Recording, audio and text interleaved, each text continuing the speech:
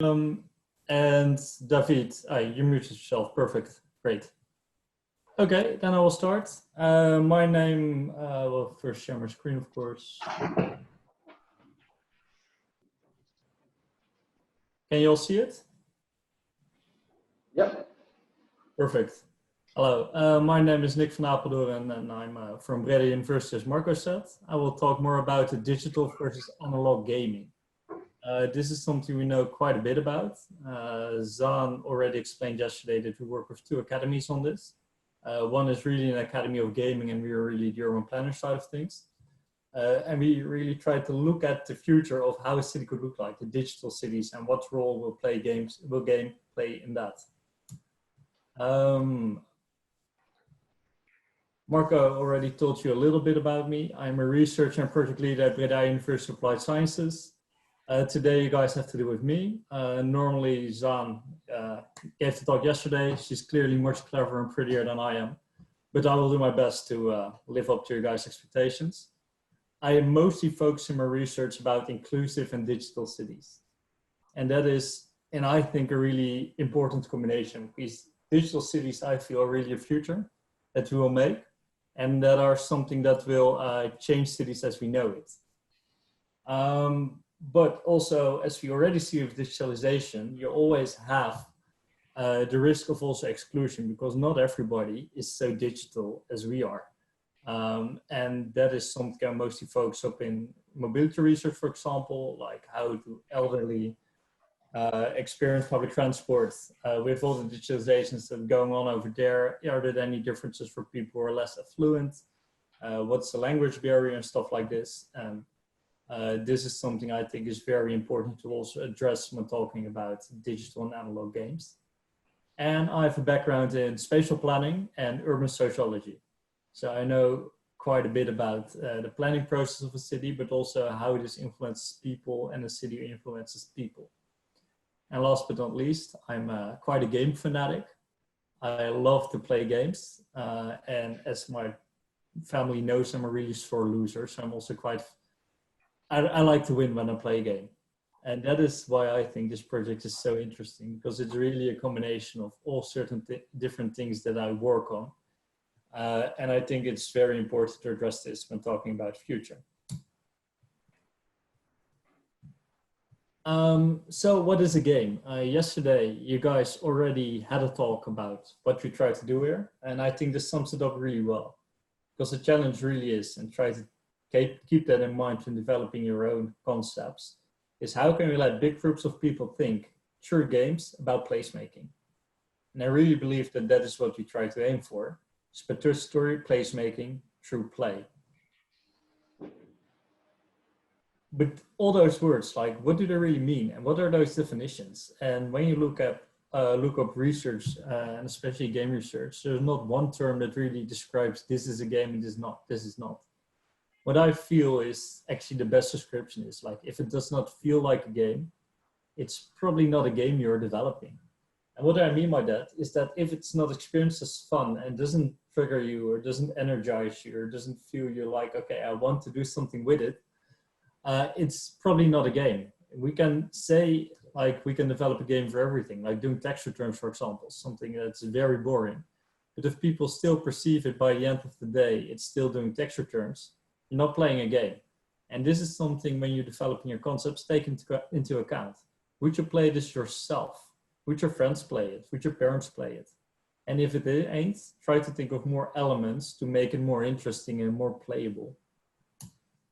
But then on the other hand, like, if it's just a game, now what is its purpose? So what do we try to aim for when developing a game? If it's just a game and we don't see what we can do with it for the rest of the city, or if it's not participatory, or if it doesn't help placemaking, then it's really not those kind of serious games that we try to develop within this project to really bring it one step further in more interesting, interactive ways on how we can use games for placemaking. And that is then the next step. Like, when we talk about placemaking, it's really about connecting people to each other and the physical, cultural, and social identities to that public space. Because if we don't really do that, then we miss the last part of it. for placemaking. And you guys are architects. You know about placemaking. You know how an area could look like. But don't try to lose that perspective when developing your concepts, because it's really about, it has to be fun, it has to have a serious element to it, and it has to influence people, the physical, cultural, and social identities of public space. And well, I'm an urban geographer, so this is how we think about space. And this is like a very often used model. It's developed by Harvey. And there we really talk about what is space and what are the different types of space. So the first one is absolute space. So it's a space that is objectively there, like it is there for you and it is there for me. It's there, it's measurable, it's always there. It is also there if you don't pay account to it. And it's really about the benches that you guys are sitting on.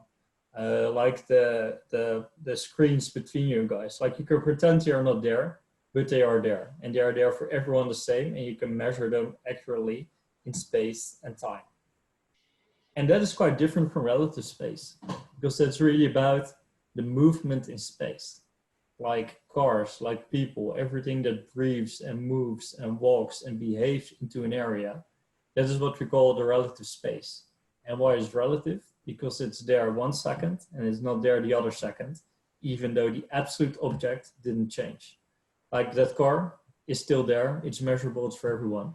But when it moves with 100 kilometers an hour, it's going to be at a different space later on. So it's really about the movement and the life in that area. And the last one is relational space. And I really feel this is an important one when we talk about placemaking. Because it's really about the attachment that people feel to a certain area. And a good example is like IAAC at this point.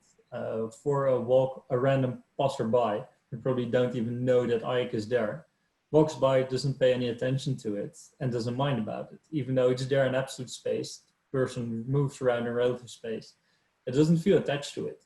Now I've been there a couple of times in IAAC, and it looks beautiful. It's really a beautiful locations that you guys are quite privileged to study that. But I still have like a different relation to the area as you guys do. Because this is where you learned a lot about architecture, where you met a couple of your best friends, maybe even your girlfriend. These are places where you make memories, where you feel attached to, places that you want to be at, that you would feel sorry to if they disappear. And those are three very different conceptions of space.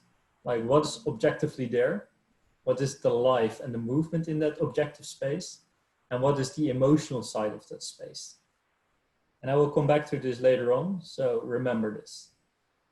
And this is, all those things are topics that we wanted to give a place in our conceptual model of like, what is game space play theory, and what you can use. And it's really something that I would like to see something as evolved, that you have to crack the code to find the right combination for the job.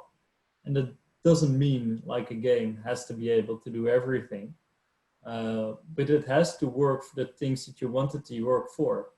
Like what kind of groups of people, what is the outcome that you want to do? What kind of game mechanics could you use for that?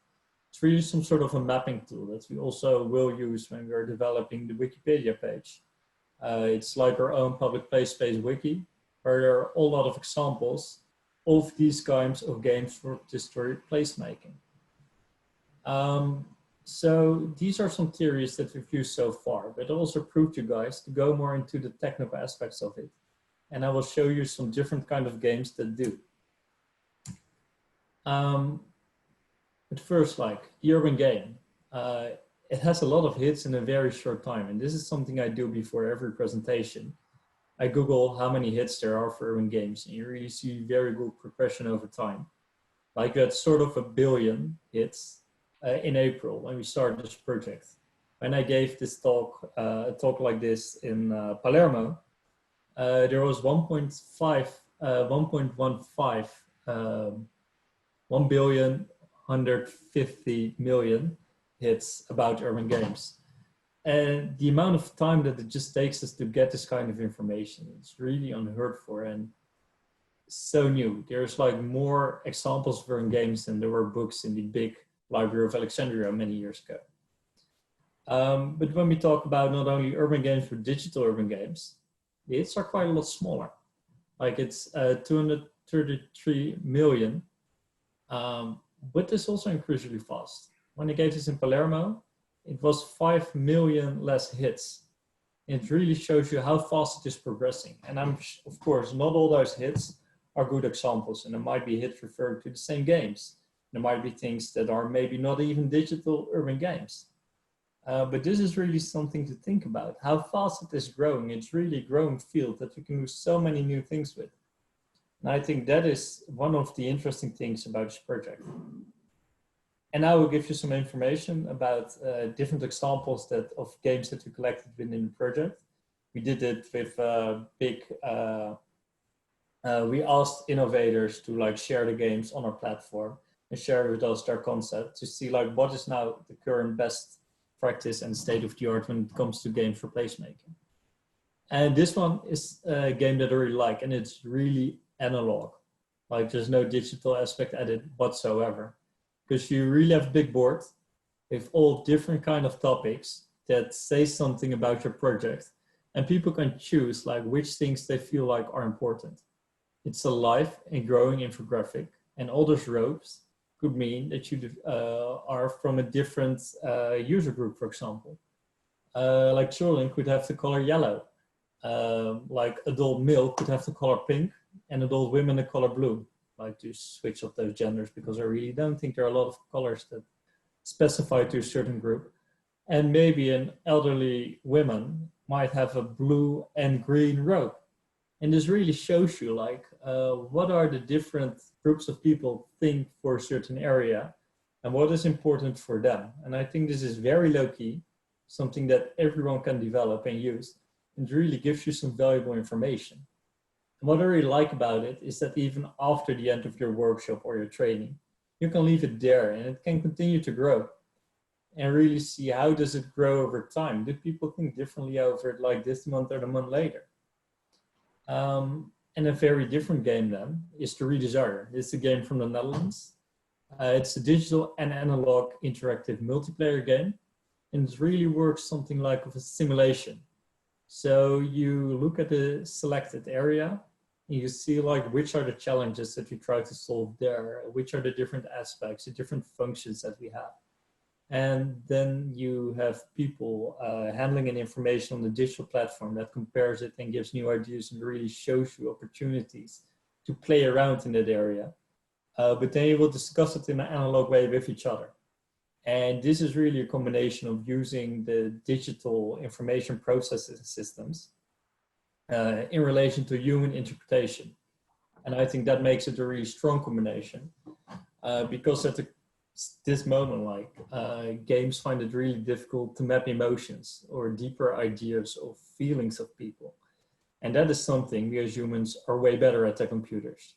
So there are different strengths, and these plays like to both choirs. So the goal is to understand the desires during the redevelopment processes. And the next one is Block by Block. This is a game, and I like it a lot. And it's based on the game Minecraft. And you as architects probably know this game. It's really like those cubic world where you can build pretty much everything with cubes in different colors and textures. And what they did over there, it's a UN Habitat project, is that they rebuilt certain locations. Like this one is in Nepal, for example, but they also did it in Kenya and also in Europe. And let people play around to really come up with their own designs and ideas for that area and build it relatively quick in an area to see how it works. And this is a game that's often used with children, but also with experts and adults, because it's really, it feels like a game. It capitalizes on a system that is already working, and it's still fun to redesign it, but it has that serious aspect for placemaking too. So I just showed you 3 different games, like the analog game, the digital and analog game, and this one is way more digital. And they all have their strengths, but where you saw that the first one is really about mapping emotions and feelings of people.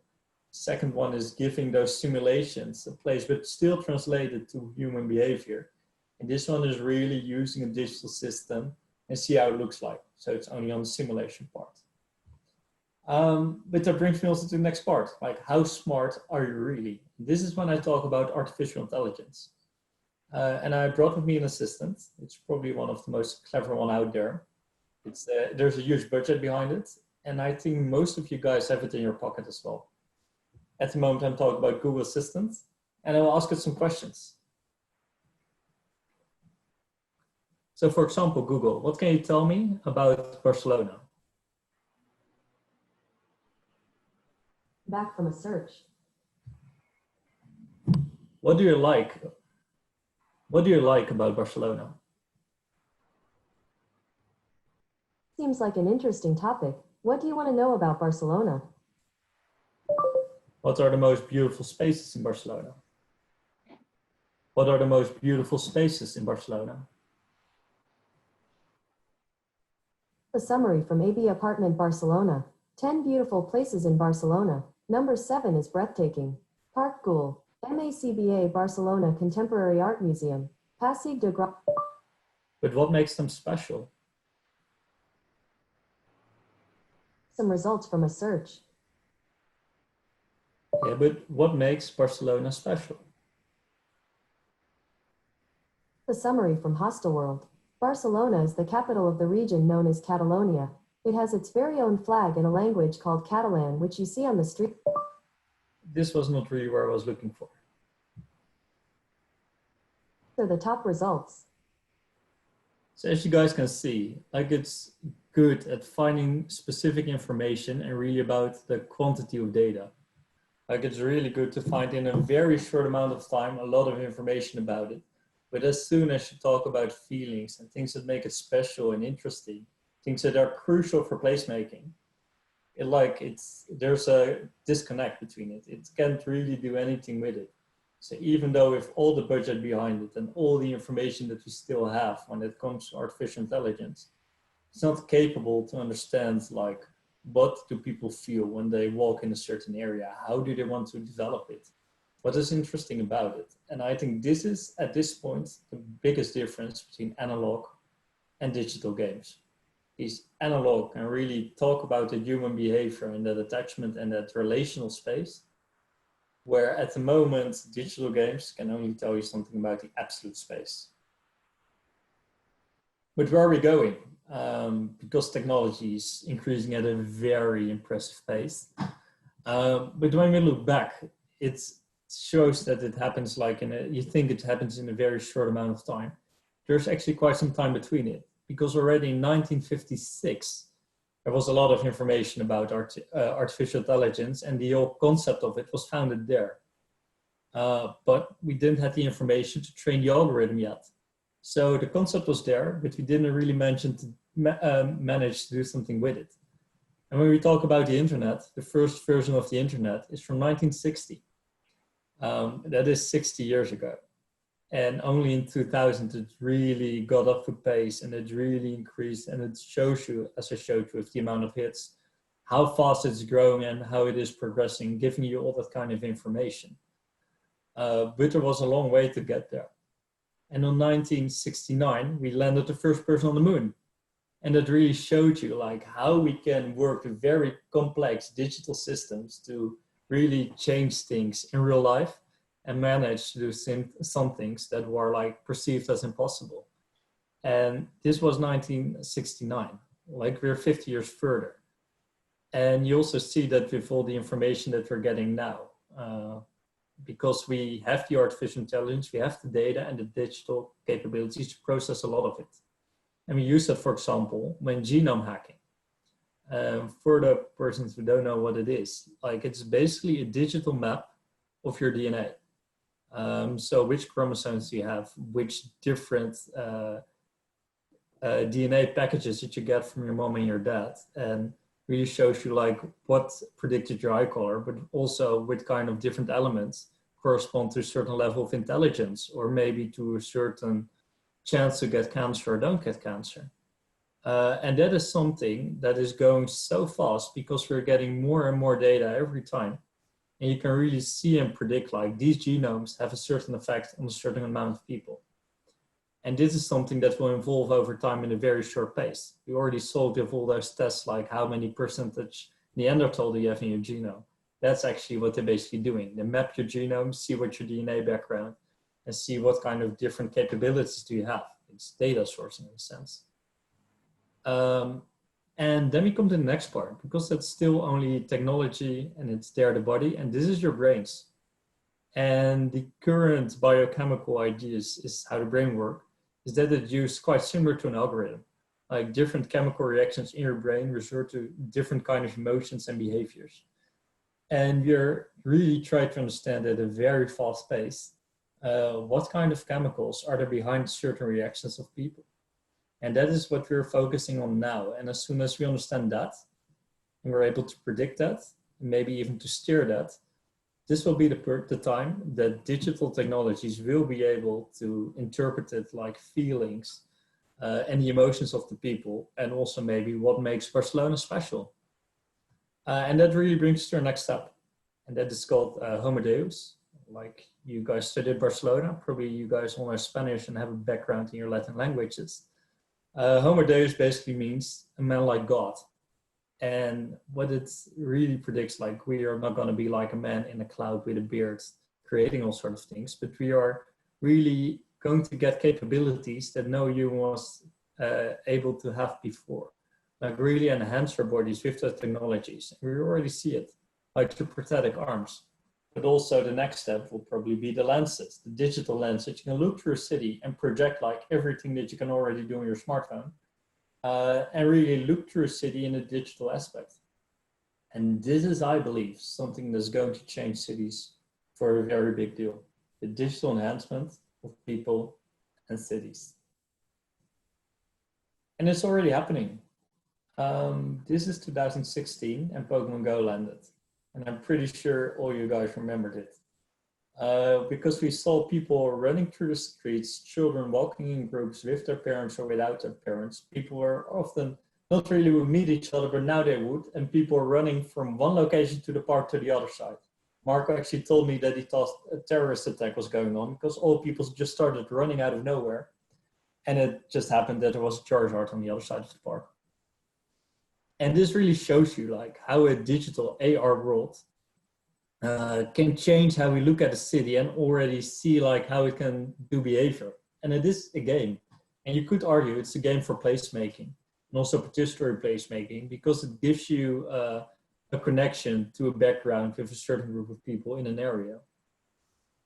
And that is something that is quite interesting because it happened through a game. And it also sort of makes sense because people are willing to give a whole lot of data and privacy vulnerable information to a company if it's convenient, it's fun, or they feel sort of pressure to do it. I think Facebook is a perfect example of this. We do it because everybody uses it, especially like in the younger days of Facebook, you might even have a chance to not get invited to a certain amount of parties because we would all use Facebook Scanner for it as an event planner.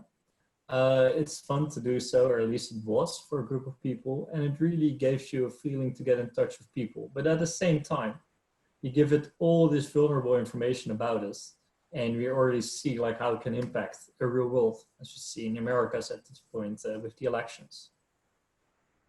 But this will be my question, like, when we talk about Pokemon Go, is it about absolute space, relative space, or relational space? And that is something that I would ask the classroom. Would like to ask the classroom, like, would you guys raise hands? And Marco, can you maybe explain to me like what people think is the segment they used it the most for?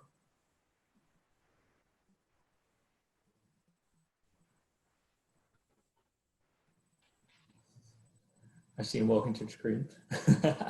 See me now? That's exactly the idea. Okay. I mean, I think it's also for the classroom, no? Yes, it is for the classroom. If you Guys? could count hands, would think it's about absolute space, Pokemon Go. Repeat that? Would think it's about relational space. Relational. I think it's somehow all of them. Yeah. I You think explain it's more relative space, more relative maybe. Can you explain why? Because there is a real space which you can see and feel, and there is a relation which you are creating same time. Like there is a movement, and like it's happening in real time, and you're connecting a digital and real world. So I think it's a hybrid of all this. Yeah, I think you're absolutely right. It is this digital layer is absolute space as well, because it's always there, even though if you're not using it. You can map it through GPS. It's there even if you don't pay attention to it. And it has an effect on a relational space, like this could be the place where I caught the Charizard, and also the relative space, the movement between it. And I think it's a very fascinating concept, because this is actually the first time that we saw a game that is really impacting a city on a very big scale. It's completely digital and still features all those elements.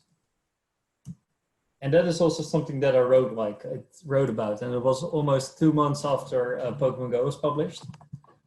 And there are combined two big theories. It's the one that we just talked about from Harvey, but also the idea of counter space and productive space from Lefebvre. And what it really says, like we have the planned real space, and this space is developed by urban planners, by architects. And we really conceive a space in a certain area. Okay, we're going to develop it like this, and we think people will use it like this. And this will have an impact on people who live in the space, but are not necessarily players of the game, but also the live space of the players, because they still play in the same area. And this will have an effect on the productive space, and that is how people use it as we thought they would use it. And the counter space, people use it in a different way than we thought they would use it. And a good example of productive space is a road. If you have a road there and people are able to drive their car, that's like one of the forces of nature. You build a road, people use their car to use it for. But as you do with, for example, that urban guerrillaing or those pop-up restaurants or those pop-up cafes, use it as a counter space. Use a space where it wasn't necessarily like expected to be used like that, but it has a use. Graffiti is also an option like that. We don't really think of buildings, okay, this is where they will put their graffiti at, but people put graffiti at buildings. And that is something that a model that worked for years, especially in the Netherlands. This is like almost 400 years of background in urban planning. But the thing that changed was the planned digital space. And that is still space that was conceived to work in a certain kind of way, but it's only impacting the players of that area. And there's a very big difference between who is developing that space. Because you have the planned real space built by people from the municipalities, urban planners and architects, but the planned digital space, these are some programmers sitting in Tokyo developing a way to use that space for locations they've never been before, like Barcelona, where people will be running around. And there is a difference in that space between the people who actually play that game and who don't play that game. And that results in certain differences in behavior. And you can also think about how will a commercial company develop that space and how will a municipality develop that space. I think this is going to be one of the biggest challenges for you guys as architects, but also for me as a planner and a researcher, is what kind of things would we like to see in a space that we could use the digitalization for, and which things are risks that we need to get away from. And this is what brings me to this sort of summary. Like we have some barriers and drivers about what is space. And when we talk about barriers, we talk about social exclusion, for example. So I showed you in the conceptual model, some people will use the game in the space there it was perceived to be used for. But my grandma who doesn't play the game or doesn't actually connect to a digital city in the future might lead to exclusion. So on one hand, like all those games have a massive opportunity for inclusive placemaking, but you always have to keep in mind which people will be left out. And those are probably going to be the less affluent people or the people with less digital skills. And they still live in that city. And I think that is a very important thing to take into account when you develop your game. Who will you develop it for? And how will you make sure it's not actually stimulating exclusion? Next step is privacy. We are willing to give all this kind of valuable information, and there's also a big monetary game behind it, because the company that can feed this algorithm the fastest amount of information, the smartest algorithm, is going to be the market leader for many years, and there's a lot of money behind it. So think about that. And the digital city will also result in a power shift from public to private games, from public to private sector. And this will probably be done through games because it's fun, it's convenient, and you're sort of forced to use it the further the city gets digital. And it's a problem I haven't touched upon before, is a biased AI. And that is mainly because of how the AI works. Like if you showed 1 million pictures of people partying, and all those people are white, it will not recognize a picture of black people partying as a party. And that is a big risk when we talk about the digital part. Like they are only as smart as the information that you feed them. And if you don't feed them the right information, they will develop certain biases. And it was just last week that the CEO of Twitter announces that their algorithm tends to be biased as well, and also a bit racist. And that is something that is impacting Twitter at this point. But if we scale it up to an entirety of the city, we really have big risks of racism, exclusion, and certain groups of people that just can't join. But if it was all bad, of course, we will not do it. There are also many benefits towards it. And these are things that you should capitalize on when developing your own games, is it develops new opportunities for inclusion. Because at this point, most people will go to those participatory meetings of the area to involve students, to involve children, to have a more playful way of developing a city. And I think that is a very big possibility and potential of games for participatory placemaking. And also lead to decentralization of power, because you have more people having a seat at our table and thinking about what you can do with that area. So it says massive opportunities for placemaking, as we saw with Pokemon Go, for example. If you have a digital layer of a city, the way and how it was planned, and that can lead to new connection between people running around the city, people enjoying themselves in their city. And when you collect all the data, you can find some data-driven urban development. So you can see if people can vote, like, what do you like about this or don't like about this? We will get a better sense, and maybe also to come up with designs in Barcelona and how they might differ from Breda and differ from Palermo. Because I understand that the weather there is quite all right. Here it's grim and will probably stay like that in March. It's going to be a massive difference when we talk about placemaking and what people actually want of their places. And with all those games and all the collection of data, it really could give us new insight on what would work in the city and what doesn't, based on experience from real people. So these are the things that I want you to remember by the end of this presentation. And I'll also share this presentation with you if you want to have another look at it. So at the moment, analog games are currently much better at understanding emotions than digital games are, because current AI can only analyze and categorize, but not really understand like what is human behavior and what is that attachment and what is really that relational space. Because current AI can only analyze and not really understand the brain, we understand emotions. And that will really be the time that digital games will be able to compete with analog games when it comes to placemaking. And digital spaces will change cities as we know it, because we will have not only like public ideas in the city, but more private ideas in the city on how it should look like. And it will have another impact on excluded people, for example, because that's one of the big risks is risk of privacy, social exclusion, a biased AI, and less public power. But it also has opportunities for inclusion, decentralization of power, placemaking, and data-driven urban development. There will really be a power shift between people and companies from the municipalities. And it's up to us as future architects and planners to think of ways on how we want it to look like. Thanks a lot. if you guys have questions, I would happily answer them. Maybe it's best if you ask a question to Marco and Marco asks them to me. Thank you. So we also have a microphone for which, in theory, you could even hear directly the students. So I would give it a try. Guys, do you have any students? Sorry. Do you have any students? Do you have any questions? For students also. Yes, please, Nick. Can you again, or can you explain more about when you say that AI is based less public power? Yes. I couldn't understand this much more, this point. No, what do you mean by this? I would gladly explain it.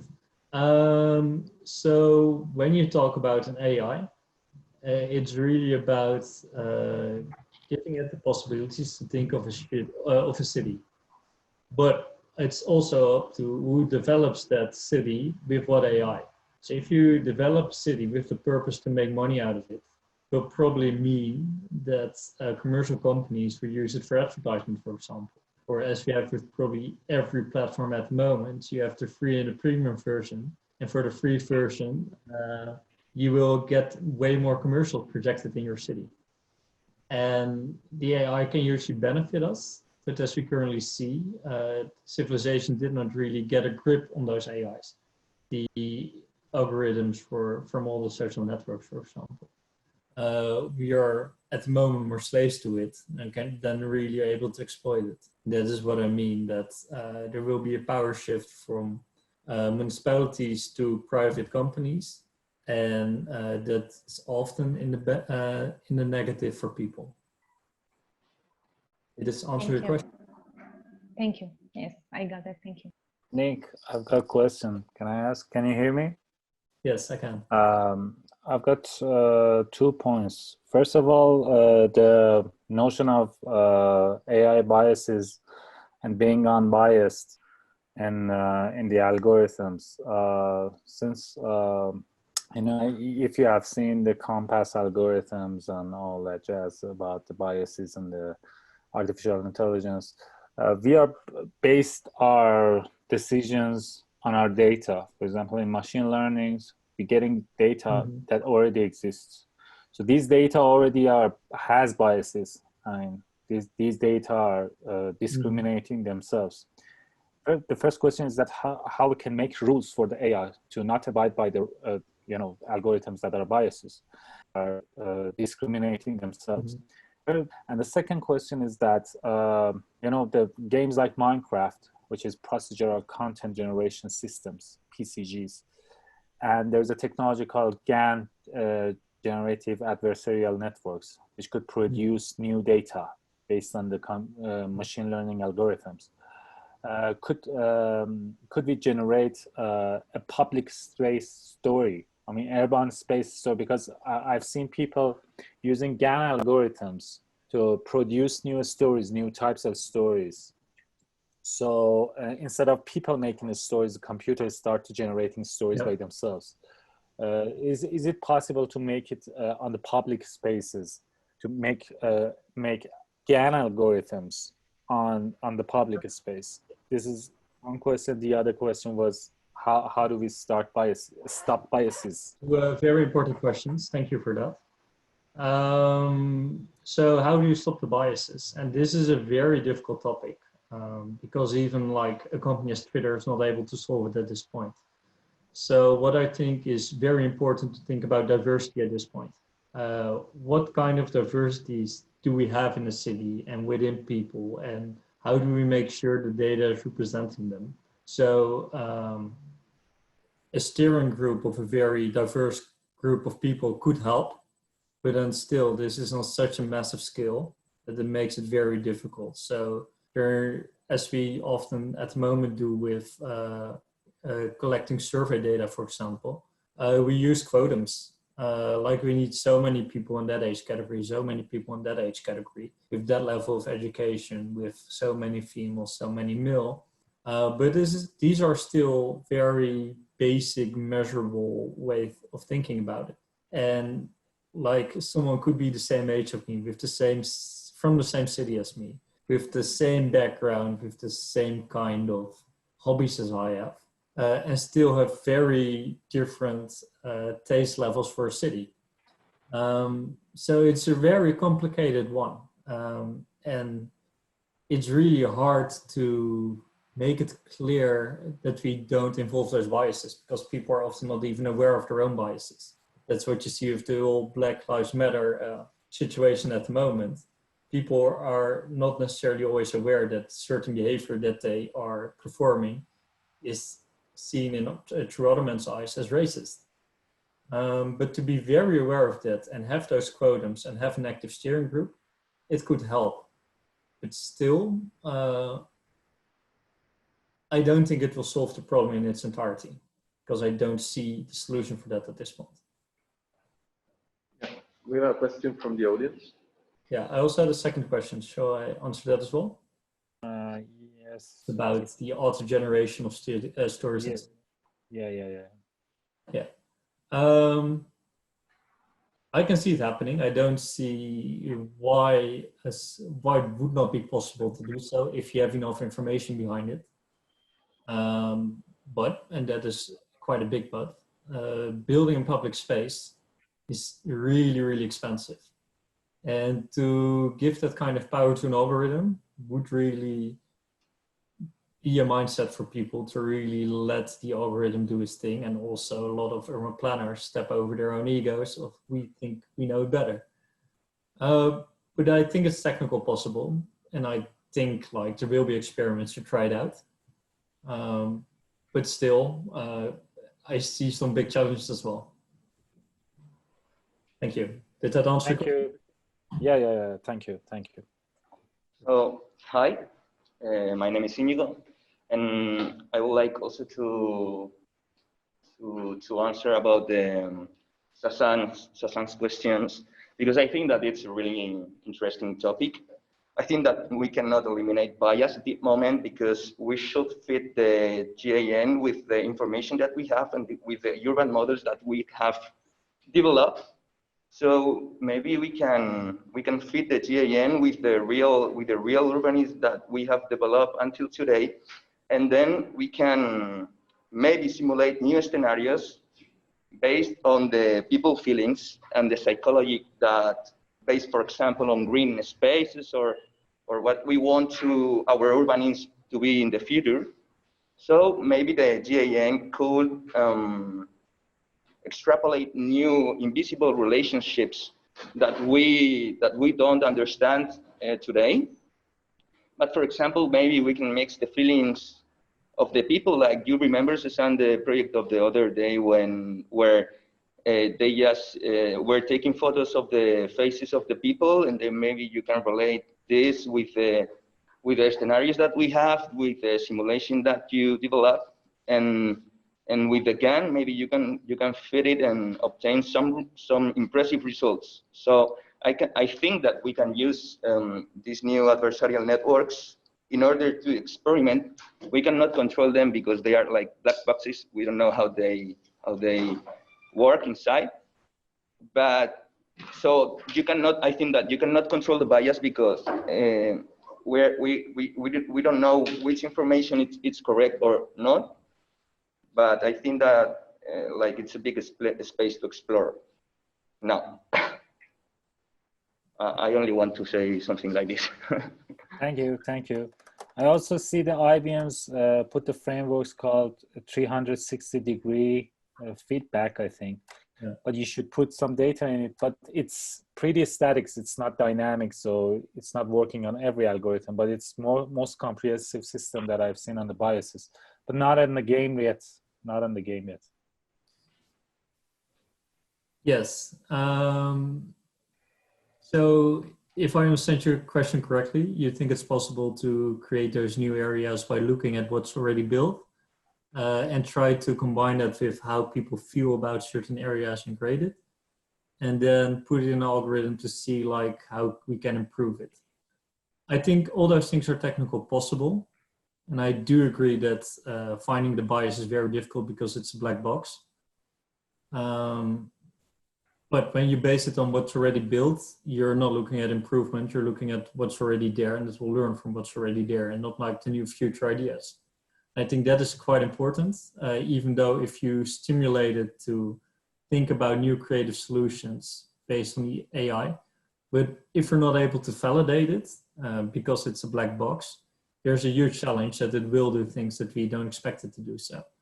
And in Minecraft, that's not really an issue, but it is an issue if you do it in real life, and especially if you do it on a flawed algorithm that will probably not develop the same kind of cities for underrepresented elderly people or people who are less digital affluent. Thank you, Nick. I think for Minecraft, we could use GAN, but you know, the biases are not really related to Minecraft and things. It's specifically when we define the faces, because the black people faces are not recognized sometimes. Yeah. In the algorithms. Thank you very much. Thank May you in I the class.